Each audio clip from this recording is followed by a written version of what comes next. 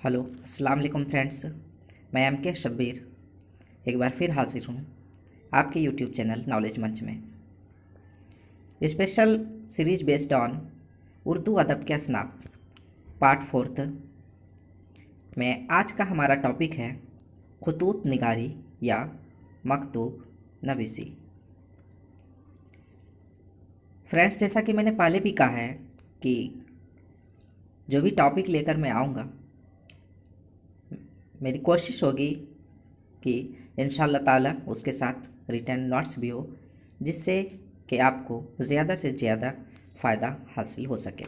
Topic पर चलने से पहले मैं बता देना चाहूँगा कि वीडियो के लास्ट में जो इम्पोर्टेंट खुतूत के मजमूए हैं और उनके मुसन्निफ़ हैं, उनकी एक लिस्ट भी इंक्लूड है। फ्रेंड्स, ख़त जो होती है वो एक ज़ाती नौइयत की चीज़ है। मकतूब निगार को ये मालूम होता है कि वह जिसे लिख रहा है वही उसे देखेगा। यही वजह है कि अक्सर व बेशतर मकतूब निगार अपने दिल की वे बातें भी लिख जाते हैं जिन्हें दूसरे मौका पर उसे पेश करने में दुश्वारी हो सकती थी। जज्बात की वह जिस रो में मकतूब नवीस ने ख़त लिखा और उसे रवाना कर दिया, वह ख़त छूटा हुआ एक तीर जैसा होता है। मकतूब निगार जिस ज़माने या जिस मुकाम से ख़त लिखता है वह अपने हालात बयान करते हुए बेइरादा अपने ज़माने और दूसरे वह सारे अहवाल भी लिख डालता है, रकमतराज कर देता है जो उस ज़माने से मुतल्लिक है। ख़त अरबी ज़ुबान का लफ्ज़ है जिसके मानी लकीर या रास्ता के हैं। आमतौर पर ख़त से मुराद वह तहरीर है जिसमें कोई शख्स अपने दोस्तों, रिश्तेदारों या फिर किसी सरकारी या निजी इदारे को बतौर राब्ता इरसाल करता है। ख़त खैरियत की तरसील और तबादला ख़यालात का बुनियादी ज़रिया भी है। ये उसे लिखा जाता है जो हाजिर नहीं होता। इंसान अपनी किसी ख़ास ज़रूरत से, चाहे वह जाती हो या कौमी, ख़त लिखता है। ये बात यकीन के साथ कही जा सकती है कि इंसान ने जब से लिखने और पढ़ने का सिलसिला कायम किया, उसी ज़माने से दुनिया में ख़त आने जाने का रिवाज भी कायम हुआ होगा।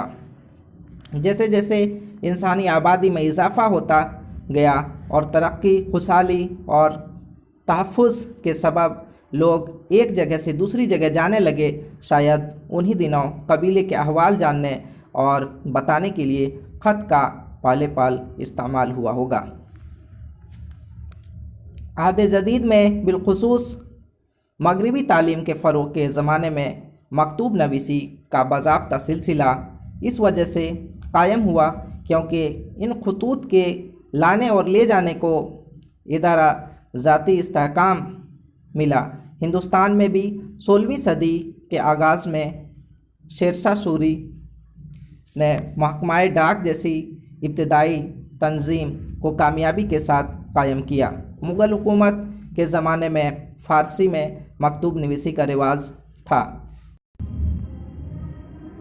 यहाँ तक कि उर्दू के शोरा भी जो है अपने ज़्यादातर खतूत निगारी जो है वो फ़ारसी में ही क्या करते थे। उर्दू में अहम शोरा व अदबा की तरफ से लिखे जाने वाले खतूत की तारीख़ मुरतब करें तो ये मालूम होता है कि 1846 ईस्वी के बाद ही गालिब ने उर्दू में अपने अहबाब को खतूत लिखना शुरू किया। इसी ज़माने में गौस बेखबर भी उर्दू मकतूब नवीसी की तरफ आए। गालिब ने अपनी ज़िंदगी के आखिरी 2 दहाइयों में तकरीबन 900 खतूत अपने अजीज़ों, दोस्तों और शागिर्दों के नाम रवाना किए। उनके खतूत के 2 मजमूए उनकी ज़िंदगी में ही शाये हो गए। गालिब के बाद सर सैयद हाली शिबली, अबुल कलाम आज़ाद, सैयद सुलेमान नदवी, अल्लामा इकबाल, प्रेमचंद, फ़ैज़ अहमद फ़ैज़, सफ़िया अख्तर वगैरह के खतूत किताबी शक्ल में शाये हो चुके हैं।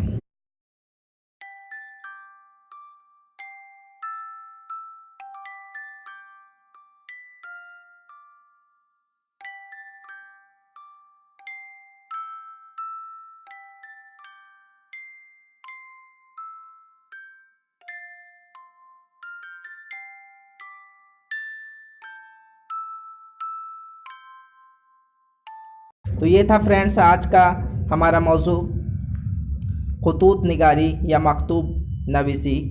इंशाअल्लाह ताला उम्मीद करता हूँ कि आप इसे ज़रूर पसंद करेंगे। आगे के अपडेट वीडियोस पाने के लिए आप अगर नए हैं चैनल पे तो चैनल को ज़रूर सब्सक्राइब कर लें और बेल आइकन ज़रूर ही प्रेस करें ताकि अपडेट वीडियो आप तक पहुंच सके। इंशाअल्लाह ताला सी यू अगेन। अल्लाह हाफिज़।